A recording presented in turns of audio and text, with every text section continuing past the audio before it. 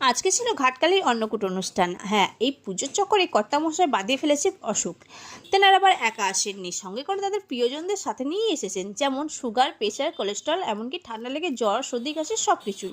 অনেকদিন ধরেই বলছি, কিন্তু বাবুর সময় হচ্ছে কোথায়? সামনে পুজো, ডাক্তার দেখানো কমপ্লিট হতেই আমি বায়না করলাম, চলো না একটু চা খেয়ে আসি।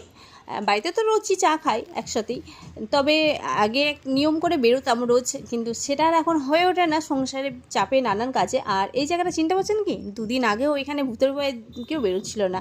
না, আসল ভূত নয়, তবে ভূতের প্যান্ডেল হয়েছিল।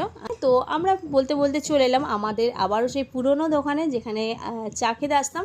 এসে দেখি আগের থেকে ভিড় বরং বেড়েই গেছে। তো ভিড়ের মধ্যেই আমরা দুজনে মিলে 2 কাপ চা নিয়ে নিলাম। আগের মতো রোমান্টিক ব্যাপারটা নেই, তার কারণ আমরা দুজনে মিলে এলেও মাথায় এসেছিলো হাজারো চিন্তা।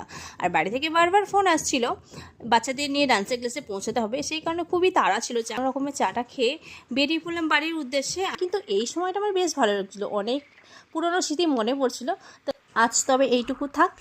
আর আমার ভিডিও আপনাদের কেমন লাগে অবশ্যই কমেন্ট করতে ভুলবেন না।